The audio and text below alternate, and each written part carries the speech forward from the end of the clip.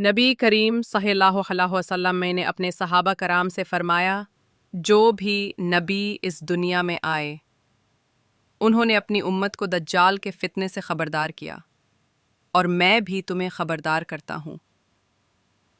ए मेरे सहाबा, दज्जाल एक ऐसा फितना है जिसका फसाद ज़मीन के हर कोने तक पहुँचेगा। इसके पास जादू, शब्दबाजी और ऐसे कमालात होंगे जो इंसानों को वर्तए हैरत में डाल देंगे।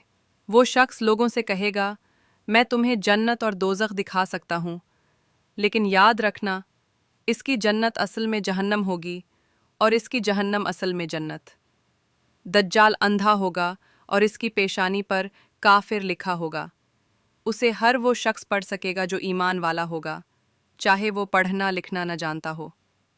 ए लोगो, दज्जाल के साथ फितना व फसाद के लश्कर होंगे।